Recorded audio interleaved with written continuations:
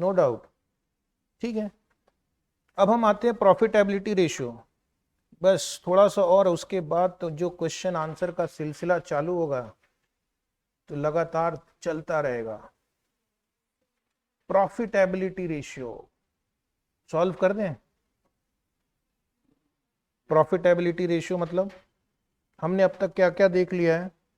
हमने liquidity ratio देख लिया, कैपिटल स्ट्रक्चर रेशियो देख लिया, लिवरेज रेशियो देख लिया, कवरेज रेशियो देख लिया, और अभी अभी हमने एक्टिविटी रेशियोज देख लिए। Is it right? अब हम नेक्स्ट पॉइंट क्या देखने वाले हैं? Profitability ratio. अल्टीमेटली कोई भी इन्वेस्टर कंपनी में इन्वेस्ट करता है, क्यों करता है? उसको रिटर्न मिले। Is it right? या आपको कंपनी से कोई बहुत ज्यादा इमोशनल अटैचमेंट हो?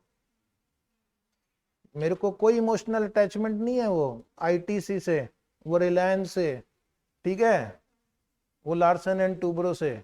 बस मैं तो यही चाहता हूं मेरे को प्रॉफिट मिले, रिटर्न ज्यादा मिले। तो रिटर्न कैलकुलेट करना आना चाहिए, तभी तो मैं कंपेयर कर पाऊंगा। Is it right? कल को अगर आपके पास दो ऑप्शन हो कि इन्फोसिस में इन्वेस्ट करें या टीसीएस में करें, तो दोनों का आप रिटर्न निकाल पाओ, तभी आप कंपेयर कर पाएंगे और डिसीजन ले पाएंगे। तो अब हम जो पढ़ने जा रहे हैं वो बहुत ही इंपॉर्टेंट है, इन्वेस्टर के लिए भी और आपके स्टूडेंट के लिए भी, एग्जाम के पॉइंट ऑफ व्यू से। इसको हम बोलेंगे प्रॉफिटेबिलिटी रेशियो, और यहाँ पे बहुत प्रकार के प्रॉफिटेबिलिटी रेशियो आते हैं। The purpose of profitability ratio is to check the profitability of the firm and operational efficiency of the firm. यहां पर भी आपको ऑपरेशनल एफिशिएंसी का पता चलता है। जिस कंपनी का प्रॉफिट रेशियो अच्छा है, इसका मतलब वो ज्यादा एफिशिएंट है। Is it right? This ratio reflect the final results of the business operation. पूरे साल भर की मेहनत का ये परिणाम है। पूरे साल भर मेहनत की, क्या मिला लास्ट में? प्रॉफिट। अब आपको देखना ये प्रॉफिट कितना है। एब्सोल्यूट नंबर से पता नहीं चलेगा। अगर मैं कहूं, एग्जाम्पल पहले भी दिया जा चुका, कंपनी का प्रॉफिट 200 करोड़ है, इससे पता नहीं चलेगा। लेकिन अगर मैं रेशियो निकालूं तो उससे पता चलेगा कि ये परफॉर्मेंस अच्छा है या नहीं। मैनेजमेंट का एम रहता है कि प्रॉफिटेबिलिटी रेशियोज को मैक्सिमाइज किया जाए, क्योंकि इन्वेस्टर की नजर रहती है इसके ऊपर। आजकल गूगल पे भी आप सर्च करेंगे तो कंपनीज का net profit ratio, operating profit ratio दिख जाता आसानी से। Is it right? बहुत सारे मनी एप्स हैं जिसमें कंपनीज का पूरा प्रॉफिटेबिलिटी का चिट्ठा रहता है, पिछले 5-5, 10-10 साल का, और इन्वेस्टर उसको देख देख कर इन्वेस्ट करते हैं। ठीक है, बैंक वाले भी देखते हैं। बैंक भी किसको लोन देगी? जिसका प्रॉफिट हो। लॉस मेकिंग कंपनी को लोन लोन देना भी रिस्की है। ठीक है, तो the results of the firm can be evaluated in terms of its earning, reference to sales, asset, owners interest etcetera. तो इस बार हमारा न्यूमरेटर जनरली क्या होने वाला? प्रॉफिट। और डिनोमिनेटर क्या होगा? दैट डिपेंड्स कि आप किसके साथ कंपेयर कर रहे हैं। तो profitability ratios can be based on sales. जैसे ग्रॉस प्रॉफिट आपने पढ़ा है पहले, gross profit divide by sales, net profit divide by sales, operating profit divide by sales.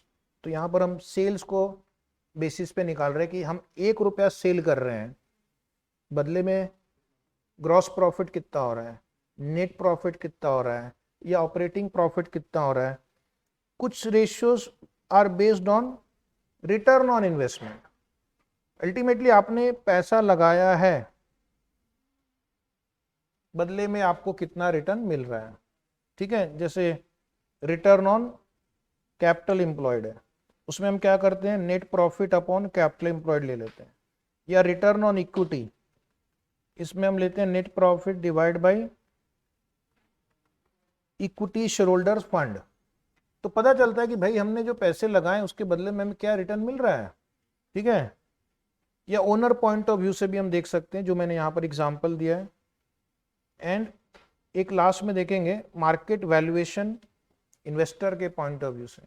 तो अगला कुछ मिनट अब प्रॉफिटेबिलिटी रेशियो पे जाएगा, बहुत इंपॉर्टेंट है। एक बार ये रेशियोज हो जाएंगे उसके बाद हम कुछ क्वेश्चन सॉल्व करेंगे। तो इंस्टीट्यूट ने क्या किया, एक ही क्वेश्चन में बहुत सारे रेशियो डाल रखे हैं, तो जब तक थोड़े फॉर्मूले ना सीख लें गाड़ी थोड़ा आगे बढ़ाना मुश्किल है।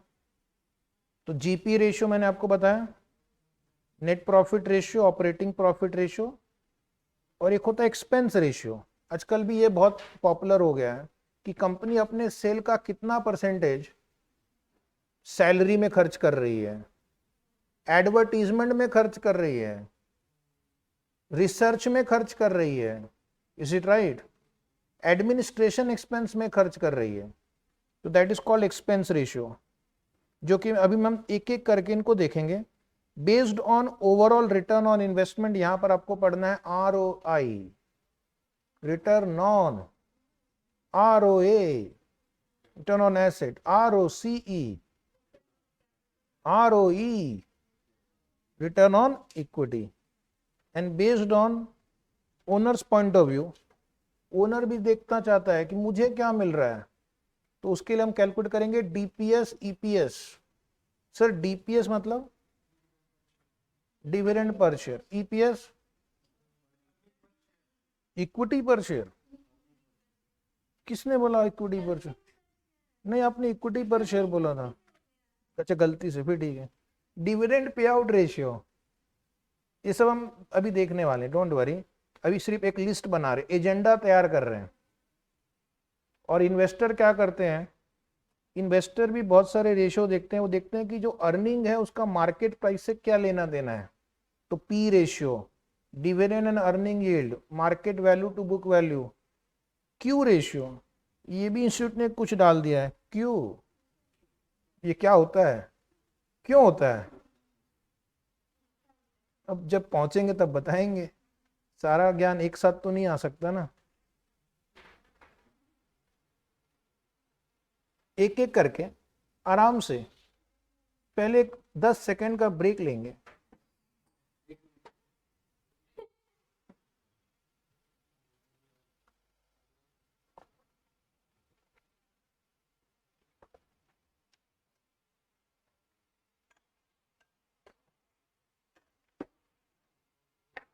दस सेकंड का ब्रेक लगभग खत्म होने वाला है।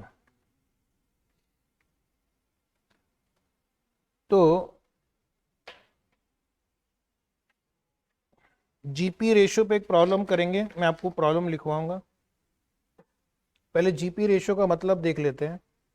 It measure the percentage of each sale in rupees remaining after payment for the goods sold, that is your gross profit. Gross profit का फॉर्मूला है सेल्स माइनस, बोलो जी, cost of goods sold, that is gross profit. Is it right? Cost of goods sold कैसे निकालते हैं, आसपास लिख कर रखना। Cost of goods sold is equal to, हाँ जी बोलो, ओपनिंग स्टॉक। अगर आप लोग आंसर ही नहीं देंगे तो मुझे लगेगा कि मैं अपने आप से ही बात कर रहा हूं। Plus purchase plus direct expense, ये कौन बोलेगा? ये भी होता है ना, या नहीं होता है? Minus closing stock. तो कुछ क्वेश्चन में हमको इंस्टीट्यूट क्या करती है, जीपी रेशियो निकालने देती है और आपको सेल्स दिया रहेगा, ये फिगर्स दिए रहेंगे, और उसके हिसाब से फिर आपको पहले तो जीपी निकालना है और जीपी रेशियो निकालना है, फिर उसका इंटरप्रिटेशन करना है। तो इंटरप्रिटेशन तो ये है कि आप हर 100 रुपीज जब सेल करते हो तो कितना ग्रॉस प्रॉफिट जनरेट करते हो। ग्रॉस प्रॉफिट मतलब सिर्फ जो कॉस्ट ऑफ गुड्स सोल्ड है उसको अभी हमने माइनस किया है, बाकी एक्सपेंस माइनस नहीं किया है। सिर्फ उस सेल्स के लिए जो हमने इन्वेंट्री यूज की है उसका कॉस्ट कितना था। Is it right? तो ये रेशियो बढ़ाने के लिए हमें क्या करना होगा, कल आपने कहा था सेल्स बढ़ाना होगा, सेल्स बढ़ाने से जीपी रेशियो बढ़ेगा इसकी कोई गारंटी नहीं है। सेल्स प्राइस बढ़ाना होगा या फिर आपकी परचेस प्राइस पर यूनिट कम करनी होगी, परचेस प्राइस पर यूनिट कम करनी होगी या का डायरेक्ट एक्सपेंस कम करना होगा पर यूनिट, तब जाकर ये रेशियो बढ़ेगा। तो कुछ कंपनी का जीपी रेशियो ज़्यादा होता है, इसका मतलब है उनमें उनकी परचेजिंग डिपार्टमेंट स्ट्रांग है, वो कम रेट पे बाई कर लेती है, या उनका सेल्स टीम अच्छा है जो हायर प्राइस पे बेच पा रहा है। Is it right? तो इसको बोलते हैं GP ratio, gross profit upon sales. तो gross profit margin depends on sales price, volume, cost price. ठीक है। High GP ratio is a favourable sign of good management. Higher GP ratio is favorable sign of good management, यानी efficient, you are efficient with respect to your sales and purchase.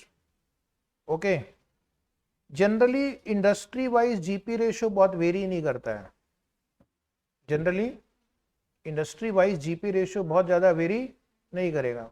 इसका मतलब है suppose ये 3 company है, company 1, company 2, company, ये तीनों car बनाती है, सिमिलर टाइप की कार बनाती है, तो क्या इनका जीपी रेशियो ऐसा होगा इसका 40 है, इसका 30 है, इसका 10 है?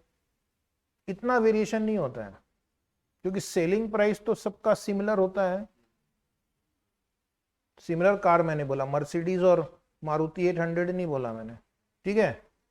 तो सिमिलर उनका प्राइस होगा क्योंकि कॉम्पिटिटिव मार्केट है, और उनका जनरली परचेस कॉस्ट भी सिमिलर होता है, तो जीपी रेशियो आप देखेंगे तो लगभग सेम होगा।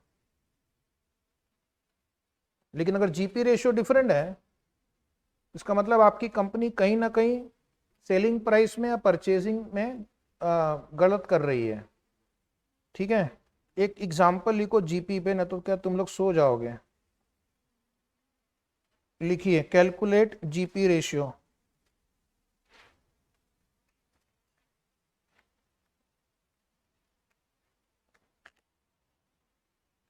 Calculate GP ratio. मैं आपको डेटा दूंगा, आप सॉल्व करना। सेल्स दिया हुआ है 8,50,000, ओपनिंग स्टॉक दिया हुआ है 99,500,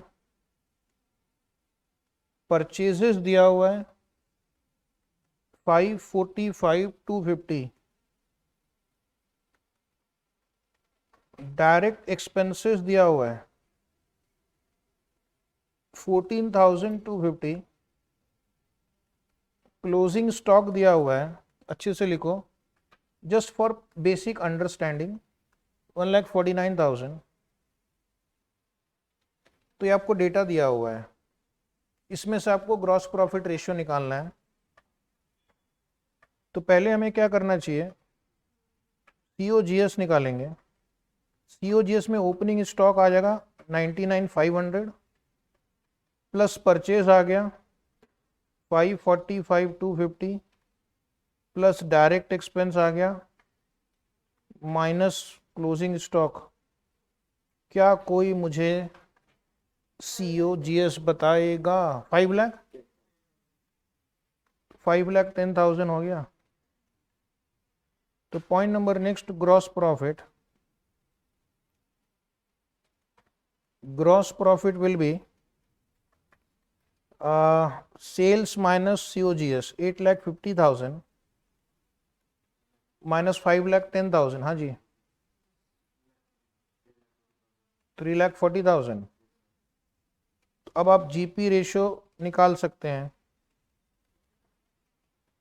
gross profit upon sales 3,40,000 divide by 8,50,000, कितना? 40%।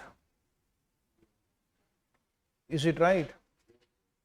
अब इसी क्वेश्चन में नीचे आप लिखोगे, इसी के नीचे लिखना, from the above information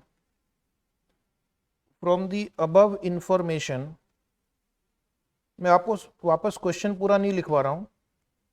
calculate stock turnover ratio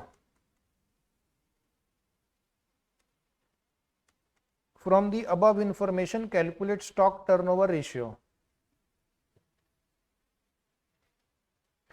तो आपको पता है स्टॉक टर्नओवर रेशियो का फॉर्मूला क्या है?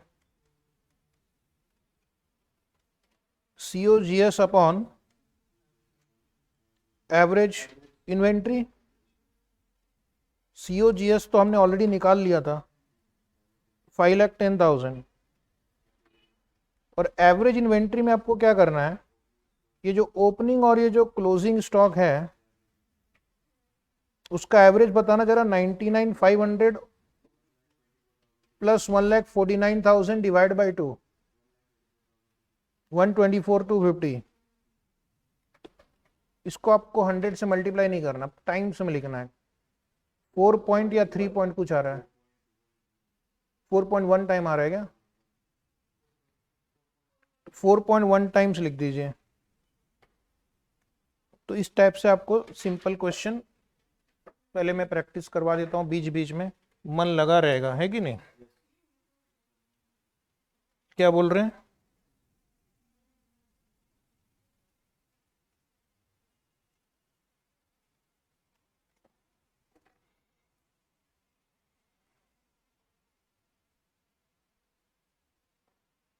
लिख लिए? इरेज कर दें? अब आइए नेट प्रॉफिट रेशियो पे। तो net profit ratio is one of the very important ratios in business.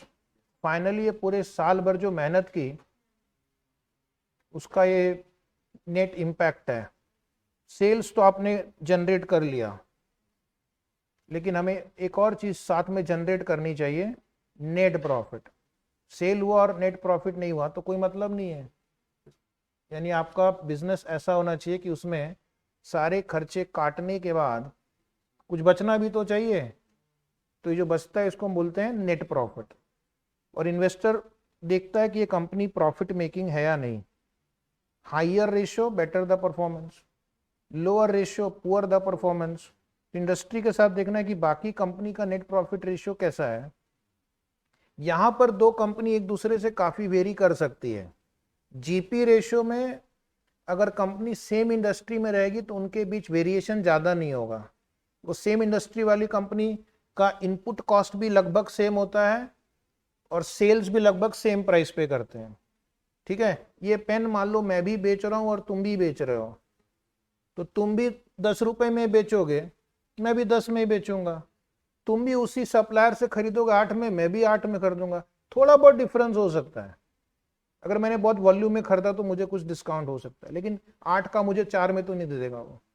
ठीक है, लेकिन net profit ratio is the real sign of efficiency. यहां पर अपना एक्सपेंस आप कैसे मैनेज करते हो वो वेरी कर सकता है। Is it right? कुछ कंपनी कम एक्सपेंस में भी काम चलाकर प्रॉफिट जनरेट कर सकती है, सेल जनरेट कर सकती है। कुछ बहुत पैसा लगा के सेल जनरेट करती है। इसलिए नेट प्रॉफिट रेशियो भी देखना जरूरी है। या फिर अगर आपको P&L अकाउंट दिया तो net profit after tax divide by sales into 100। और अगर आपको प्री टैक्स प्रॉफिट रेशियो निकालना है, इसको बोलते हैं post tax net profit, tax पे करने के बाद। और अगर टैक्स पे करने के पहले का रेशियो निकालना है तो हम लोग ईबीटी लेंगे, EBT divide by sales into 100। तो net profit ratio find the proportion of revenue that finds its way into profit after meeting all the expense। सारे खर्चे काटने के बाद क्या बचा? Net profit. तो नेट प्रॉफिट को हम सेल्स के साथ कंपेयर कर रहे हैं कि फाइनली 1 रुपया सेल किया तो कितना आपको प्रॉफिट आया। Is it right? And this is a good sign of efficiency of a business. Investor would not invest in companies which have a negative net profit ratio or very low net profit ratio. So high net profit ratio is a positive return from the business। ठीक है, अब एक होता है operating profit ratio. Net profit और operating profit में क्या difference है? जब हम P&L अकाउंट बनाते हो तो उसमें कुछ नॉन ऑपरेटिंग आइटम भी डेबिट या क्रेडिट हो जाते हैं। नॉन ऑपरेटिंग आइटम मतलब डे टू डे बिजनेस से रिलेटेड नहीं है, लेकिन P&L अकाउंट है तो P&L अकाउंट में तो सब जाएगा, जो भी इनकम या एक्सपेंस होगा वो जाएगा। जैसे for example loss due to fire भी चला गया P&L अकाउंट में, तो डे टू डे आग थोड़ी लगती है, रोज रोज आग लगेगी तो फिर दुकान ही बंद हो जाएगी। Loss due to sale of machine, तो कुछ जो इन्वेस्टर होते हैं वो नेट प्रॉफिट की जगह वो ऑपरेटिंग प्रॉफिट पे ध्यान देते हैं। वो बोलते हैं कि कुछ कुछ आइटम ऐसे हैं जो बिजनेस से ज्यादा रिलेटेड नहीं है या वो हमारा ऑब्जेक्टिव नहीं है, लेकिन वो P&L अकाउंट में आ गया, तो क्या करो, उनका इफेक्ट हटा कर देखो कि what is your profit, is it right? उसको हम बोलेंगे ऑपरेटिंग प्रॉफिट। और earning before interest and tax upon sales.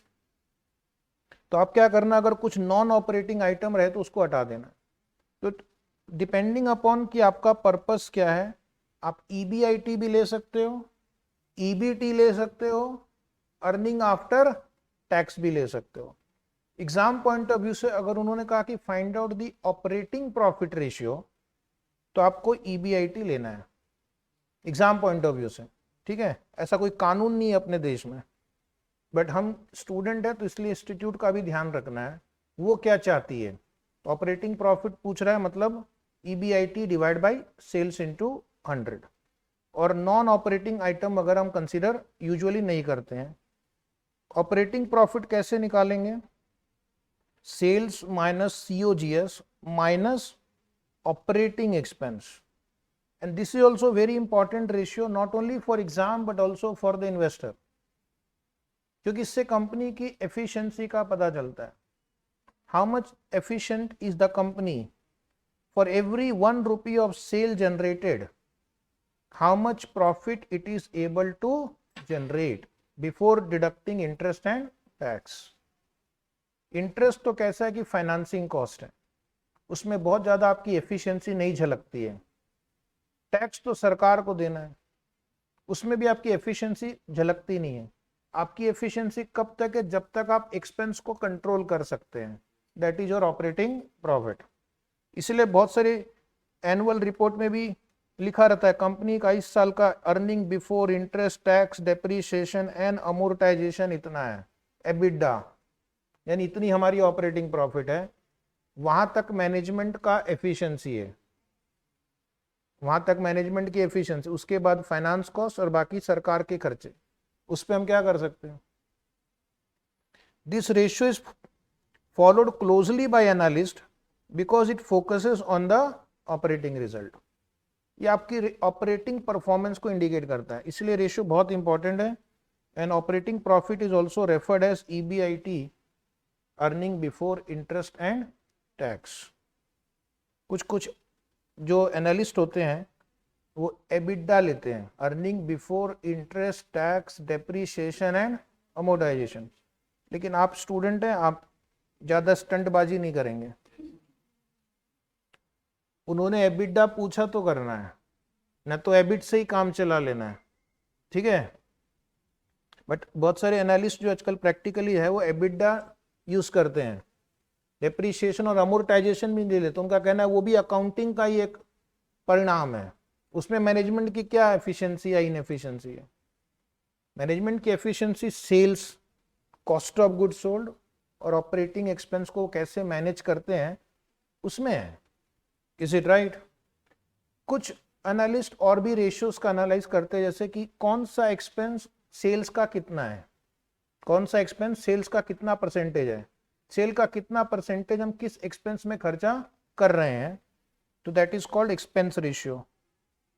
तो यहां पर आपके क्वेश्चन में जितने एक्सपेंस दिए जाएंगे उसके हिसाब से आंसर लिखना है। For example cost of goods sold upon sales, sales का कितना percentage goes in cost of goods sold. Operating expense administration plus selling and distribution divide by sale, या अलग अलग भी निकालने के लिए क्वेश्चन में आ जाता है।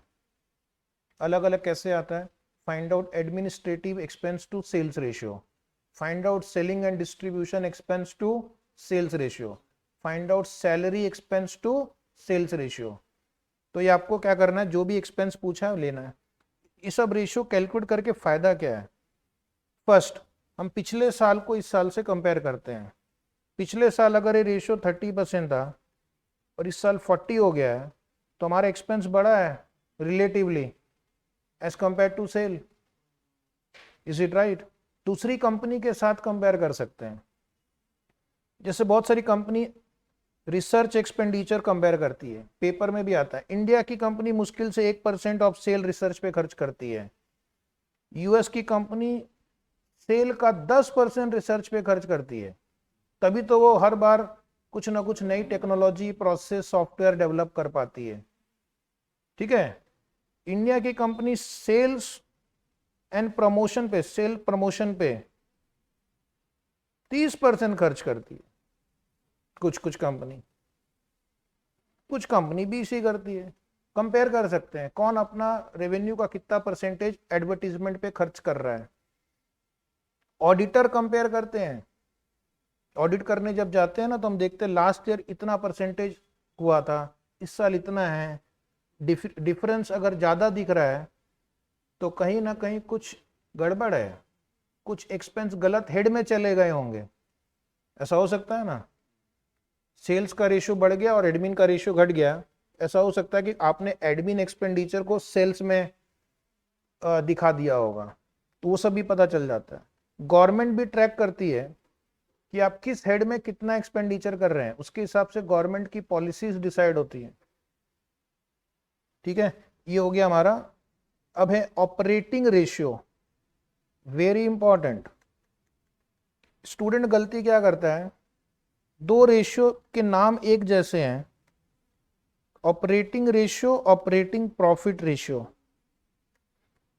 एक्चुअली ये दोनों अलग अलग है।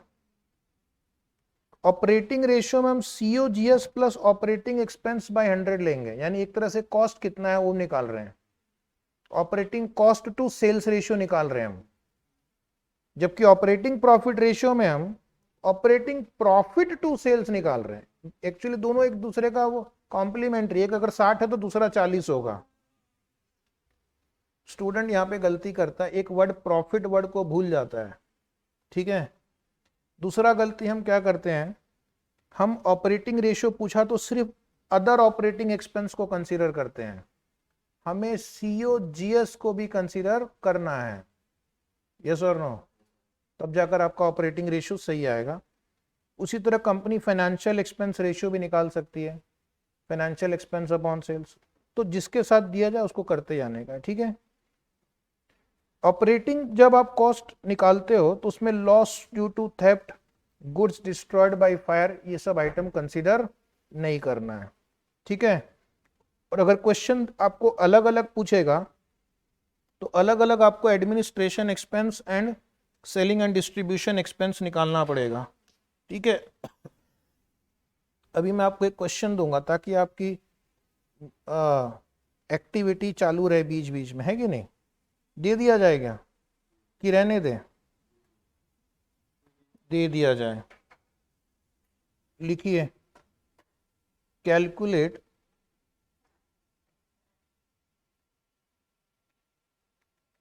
ऑपरेटिंग प्रॉफिट रेशियो,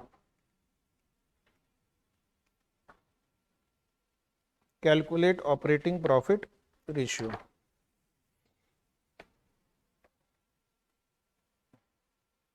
एक छोटा सा P&L अकाउंट बनाएंगे, सभी स्टूडेंट्स लिखेंगे, सभी स्टूडेंट्स लिख रहे हैं। क्रेडिट साइड में लिखना by gross profit 3,40,000, bye non operating income, इसको कंसीडर नहीं करेंगे लेकिन क्वेश्चन में दिया रहेगा आपको कंफ्यूज करने के लिए। एग्जाम्पल इसका है profit on sale of share, इस टाइप का कुछ दिया है डेबिट साइड में लिखना है टू अदर ऑपरेटिंग एक्सपेंसेस,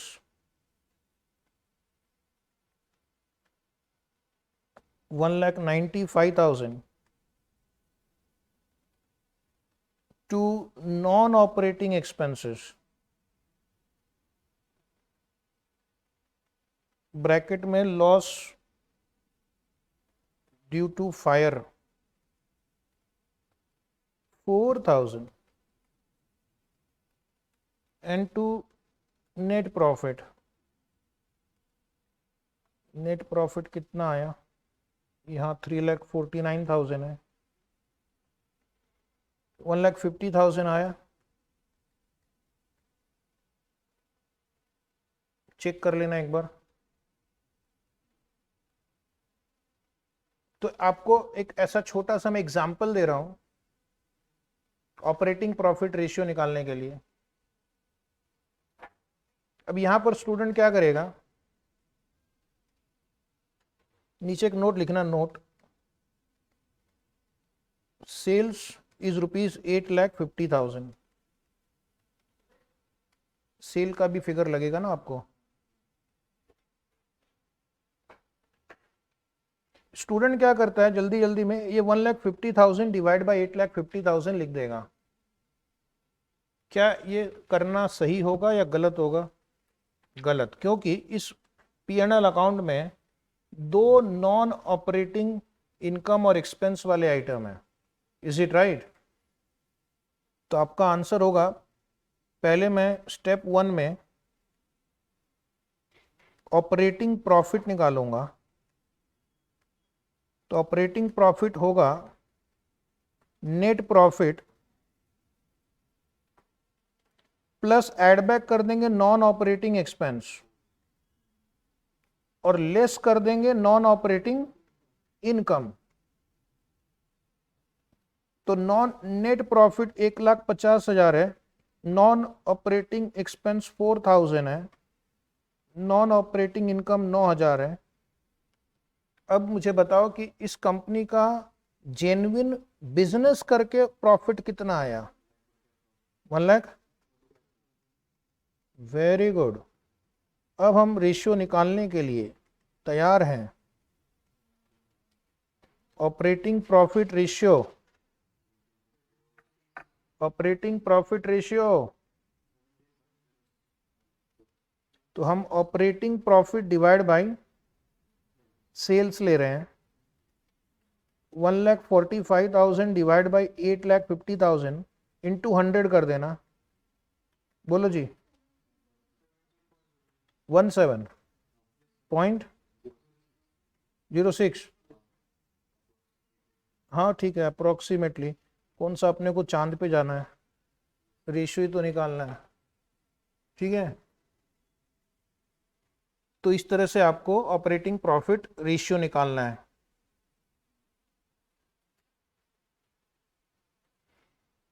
सबने यहां तक कर लिया?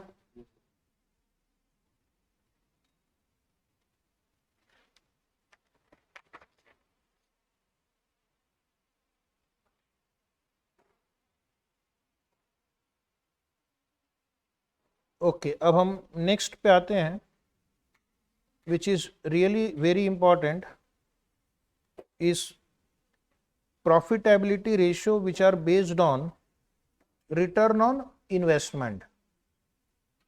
तो यहां पर भी हम रिटर्न को क्या इंटरप्रेट करना है और उसके अगेंस्ट में इन्वेस्टमेंट को क्या इंटरप्रेट करना है। तो 3 इंटरप्रिटेशन है यहाँ पे। जो इन्वेस्टमेंट है वो आपका एसेट को आप बेस ले सकते हो, या फिर आप कैपिटल एम्प्लॉयड को बेस ले सकते हो, या फिर आप इक्विटी को बेस ले सकते हो। Is it right? रिटर्न तो हम मतलब profit, but profit on what, तो उसके लिए हमने अलग अलग बेस हो सकते हैं। For different analyst, different investor, सम में सी कि किसी का रिटर्न ऑन एसेट कितना है, कोई देख सकता है रिटर्न ऑन कैपिटल एम्प्लॉयड कितना है। जो इक्विटी शेयर होल्डर होंगे उसका इंटरेस्ट होगा रिटर्न ऑन इक्विटी कितना है। Is it right? तो रिटर्न ऑन एसेट भी 2 है, टोटल एसेट, रोटा, return on total asset, short में क्या बोलेंगे, रोटा, और return on net asset short में क्या बोलेंगे, रोना। तो रोटा रोना, ठीक है, अच्छे से एग्जाम में लिखना है तो तुम्हारे ऊपर ही रोना लग जाएगा।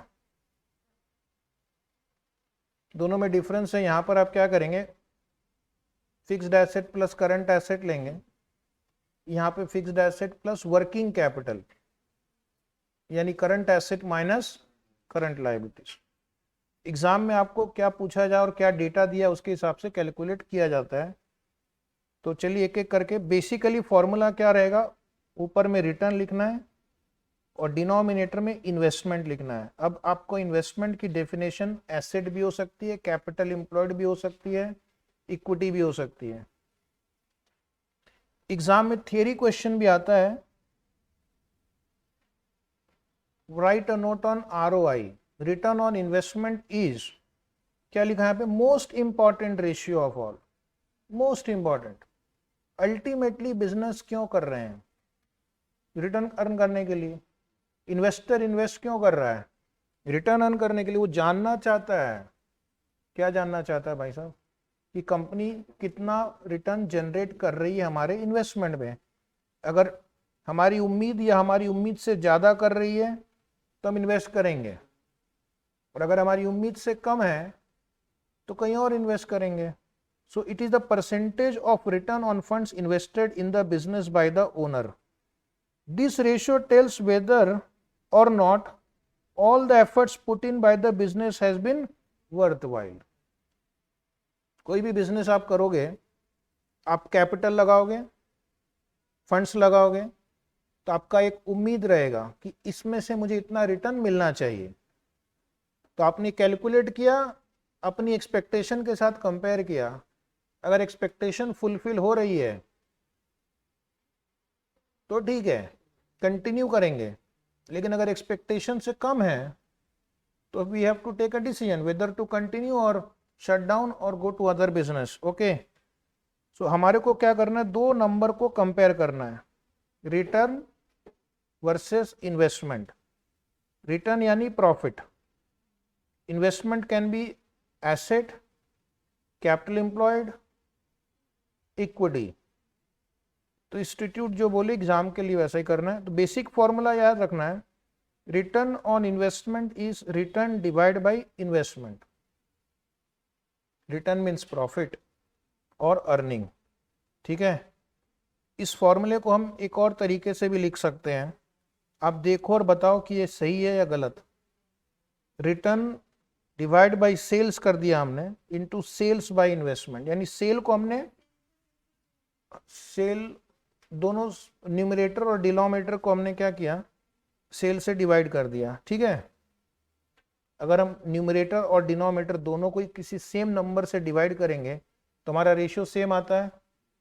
ऐसा था ना मैथ्स में एक चैप्टर,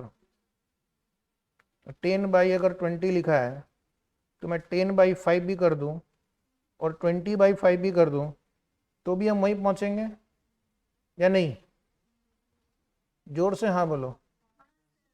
हाँ, वही किया इन्होंने, रिटर्न को सेल से डिवाइड किया, इन्वेस्टमेंट को भी सेल से डिवाइड किया, तो सिंपलीफाई करेंगे तो ऊपर चला गया सेल्स, सेल्स सेल्स कट गया, है कि नहीं, तो वापस वहीं पहुंच गए। लेकिन इन दोनों में एक डिफरेंस है, अगर आप इस रेशियो को ध्यान से देखोगे तो इसको हम बोलते हैं नेट प्रॉफिट रेशियो, अभी अभी आपने पढ़ा 5 मिनट पहले।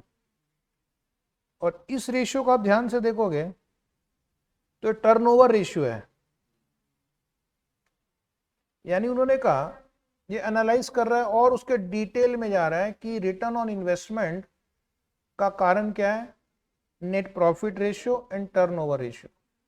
अगर आप अपना रिटर्न ऑन इन्वेस्टमेंट बढ़ाना चाहते हैं तो नेट प्रॉफिट बढ़ाओ, लेकिन कई बार बिजनेस में कंपटीशन बहुत ज्यादा है तो नेट प्रॉफिट बहुत ज्यादा नहीं बढ़ा सकते हैं, तो कैसे आरओआई बढ़ेगा, फिर टर्नओवर रेशियो बढ़ाओ, उसी कैपिटल को ज्यादा बार रोटेट करो, इज इट राइट। या अगर इसको नहीं बढ़ा सकते हैं तो नेट प्रॉफिट रेशियो बढ़ाने की कोशिश करो, तभी जाकर आपका आरओआई बढ़ेगा। अंडरस्टूड। तो एग्जाम में इंस्टीट्यूट क्या करेगी, आपको लिखेगी net profit ratio is 20%, turnover ratio is 2, find out the ROI. Student सोच रहा नेट प्रॉफिट रेशियो दिया हुआ है, टर्नओवर रेशियो दिया हुआ है, पूछ रहा आरओआई आउट ऑफ सिलेबस। अरे नहीं भाई साहब, विद इन सिलेबस 20% इंटू 2, तो आपका यहाँ पर आंसर हो जाएगा 40%। तो इस तरह के भी ट्रिक्स खेले जाते हैं आपके साथ, ठीक है, कि आपको कुछ और देकर कुछ और पूछ रहा। तो इसको हम बोलते हैं profitability ratio into investment turnover ratio. Sales common है, अगर आप सेल्स और सेल्स कट कर दोगे तो आपका आंसर आ जाएगा। लेकिन actually return on investment is a product of two ratios, profitability ratio and investment turnover ratio. Profitability ratio निकालते हैं profit divide by sale, investment turnover ratio is sales upon investment. तो जैसे डेटा दिया जाएगा वैसे कैलकुलेट करेंगे। तो अगर आपको ये रेशियो इंप्रूव करना है तो या तो प्रॉफिटेबिलिटी रेशियो बढ़ाओ या इन्वेस्टमेंट टर्नओवर रेशियो बढ़ाओ, और अगर दोनों रेशियो बढ़ा सकें तो दोनों बढ़ाओ, तो और अच्छा, सोने पे सुहागा फिर तो, ठीक है, फिर तो सोने पे सुहागा, ये भी बढ़ रहा है और वो भी बढ़ रहा है, तो आपका तो जो फाइनल आंसर है बहुत बढ़ेगा। हाँ जी, क्या बोल रहे हैं, मौजा ही मौजा। कहाँ कहाँ से तुम लोग ये सब सीखते हो। The concept of investment varies. तो इन्वेस्टमेंट की डेफिनेशन 3 है, एसेट है, कैपिटल एम्प्लॉयड है, इक्विटी है, एंड अकॉर्डिंगली आपका 3 कैलकुलेशन होगा। एक होगा based on asset, based on capital employed, based on equity. है तीनों एक जैसे ही, लेकिन थोड़ा बहुत फर्क भी है। तो पहले हम पढ़ेंगे ROA, ठीक है। Investment can be total asset और नेट एसेट।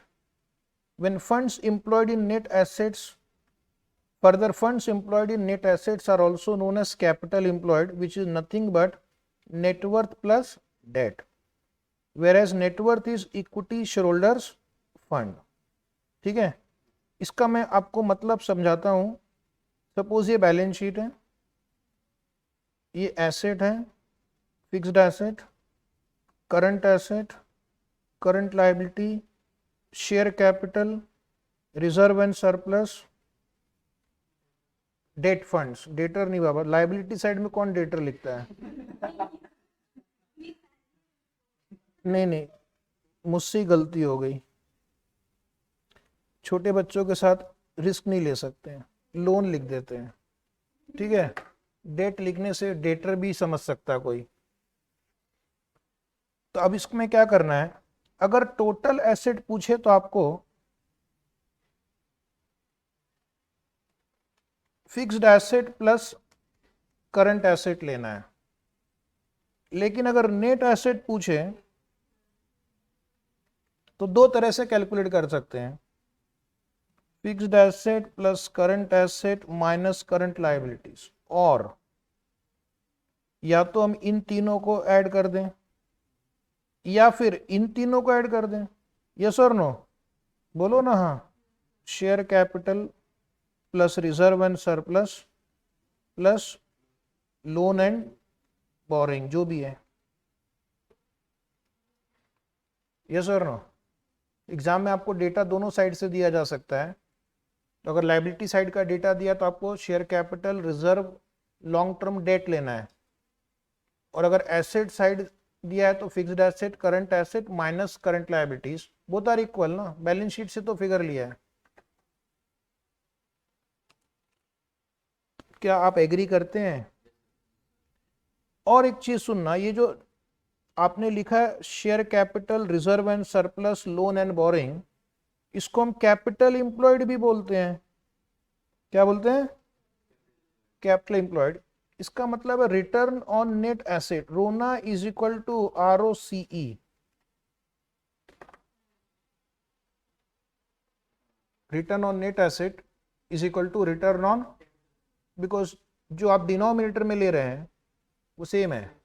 आप fixed asset plus current asset minus current liability लो, या share capital, reserve and long term borrowing लो, both are equal, so therefore ROCE is equal to return on net asset. लिख लिया, समझ लिया, जहां जिसको लिखना है लिखते रहना है, बाद में कुछ याद नहीं रहता. Human memory can deceive you. Okay, memory can deceive you. ROA, return on asset, यानी आपने एसेट जो लगाए हैं बिजनेस में उस पर कितना रिटर्न आपको मिल रहा है. तो यहां पर मैं क्या करूंगा, एक होगा टोटल एसेट का कॉन्सेप्ट, तो net profit after tax upon average total asset. फिर तुम पूछोगे सर ये एवरेज क्यों लिया, ऊपर देखो ये नेट प्रॉफिट है, ये एक पीरियड फिगर है. नेट प्रॉफिट एक साल में अर्न होता है ना, तो हम क्या करेंगे, डिनोमिनेटर में एवरेज टोटल एसेट लेंगे, और अगर एवरेज की कमी है तो सिर्फ टोटल एसेट दिया रहेगा आपको, वो ले लेना. आपको करेक्ट होगा एवरेज लेना, ताकि न्यूमरेटर और डिनोमिनेटर कंपेरेबल हो. और अगर आपसे पूछें रिटर्न ऑन टेंजिबल एसेट निकालो, तो आपको क्या करना है, net profit after tax upon average tangible asset. जो पूछे उसके हिसाब से डिनोमिनेटर चेंज कर देना. या फिर पूछेगा कि return on net asset upon fixed asset निकालो, तो फिक्स्ड एसेट लिख देना. टेंजिबल और इनटेंजिबल दोनों ले लेना. Is it right? यूजुअली आपसे यही पूछते हैं, बाकी ये दो के चांस कम है. पूछ लिया तो लिख देना. समटाइम टोटल एसेट में भी considered instead of average. Average को पहली प्रेफरेंस देंगे, और अगर एवरेज नहीं है फिर टोटल लेंगे. अब एक लाइन अंडरलाइन करना, here net profit is exclusive of interest. As assets are also financed by the lender, ROI can be calculated as net profit after tax plus interest. अगर हम लॉन्ग टर्म के point of view से निकाल रहे हैं, long term capital employed के point of view से निकाल रहे हैं, तो इंटरेस्ट को ऐड बैक करते हैं यहाँ पे, क्योंकि जिसने जो अमाउंट इन्वेस्ट किया है, सपोज आप एक लेंडर हो, आपने 1000 रुपये इन्वेस्ट किया है. Is it right? लेंडर ने 1000 रुपये इन्वेस्ट किया, कंपनी की प्रॉफिट है 400, और इस 400 तक पहुंचने में कंपनी ने इंटरेस्ट माइनस किया था, तो मैं उसको ऐड बैक करूंगा. सपोज इंटरेस्ट 50 है. फिर तुम्हारा क्वेश्चन आएगा कि हम इंटरेस्ट क्यों ऐड बैक करते हैं. अब ये तो आपकी बुक में नहीं लिखा है, ठीक है, सिर्फ उसने लिखा है as assets are also financed by the lenders. तो जब अगर आपको किसी के भी पॉइंट ऑफ व्यू से रेट ऑफ रिटर्न निकालना है, तो उसको जो मैंने पेमेंट किया है, प्रॉफिट उसके पहले का होना चाहिए. प्रॉफिट उसके पहले का होना चाहिए. Is it right? जैसे फॉर एग्जांपल कंपनी की प्रॉफिट है 50, EBIT, कंपनी का इंटरेस्ट भी सपोज 50 है, तो आपका EBT कितना हो गया? 0. और किसी व्यक्ति ने कैपिटल लगाया है 200 रुपए का, लोन कैपिटल 200 रुपए का है, तो ये 200 रुपया तो मैं यहाँ डिनोमिनेटर में लिख दूंगा इस फॉर्मूले में. न्यूमरेटर में क्या लिखना चाहिए, 0 लिखना चाहिए या 50 लिखना चाहिए? आराम से सोचो ना, कि मैं 50 मैंने कमाया है ना उसको देने के लिए, तो मेरा 50 आना चाहिए. Is it right? क्योंकि ये जो व्यक्ति जो मुझे लोन दे रहा है 200, वो तो इस नंबर को देखेगा, हाँ कंपनी 50 कमा रही है, उसमें से मुझे इंटरेस्ट देगी. तो अगर आपको एग्जाम में 0 दिया हुआ है प्रॉफिट का फिगर, तो आप क्या करेंगे, आप इंटरेस्ट ऐड बैक करेंगे. और अगर आपको EBIT दिया हुआ ऑलरेडी, तुम ध्यान से सुनो, तुम्हारी क्वेरी रहती है, EBIT दिया तो और मत ऐड कर देना 50.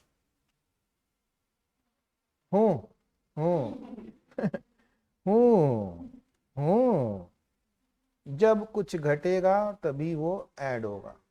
ठीक है? तो जब भी आपको प्रॉफिट में इंटरेस्ट ऐड करना है या नहीं, ये मन में देखना कि जो प्रॉफिट का फिगर मुझे दिया गया है, ये इंटरेस्ट को घटाकर आया है या इंटरेस्ट को घटाने के पहले का है? घटाकर आया तो ऐड बैक करना, ठीक है। कुछ इन्वेस्टर क्या करते हैं, पोस्ट टैक्स रिटर्न भी कैलकुलेट करते हैं। तो EBIT इंटू 1 माइनस, यहाँ पर उसने क्या किया देखो, उसने इंटरेस्ट घटाया ही नहीं है।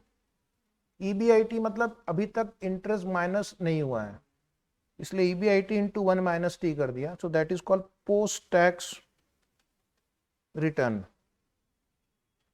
और अगर आपको मान लो टैक्स भी नहीं घटाना है, ठीक है, ये टोटल एसेट है, ये नेट एसेट है, कुछ लोग टैक्स नहीं घटाते, उस केस में 1 माइनस टी भी नहीं लिखना है आपको, राइट। रिटर्न दो टाइप के होते हैं, एक होता है pre tax return, post tax return. Pre tax return मतलब टैक्स पे करने के पहले आपने कितना कमाया, और पोस्ट टैक्स रिटर्न मतलब टैक्स पे करने के बाद आपने कितना कमाया।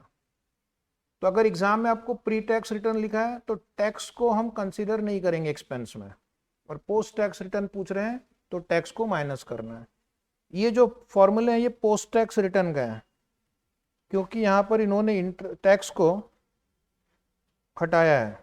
डिनोमिनेटर में नेट एसेट लिख दिया तो ये हो गया रोना, टोटल एसेट लिख दिया तो ये हो गया रोटा।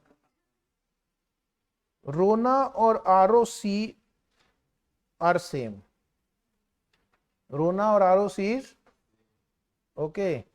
तो ये तो था रोटा पे हमारा डिस्कशन।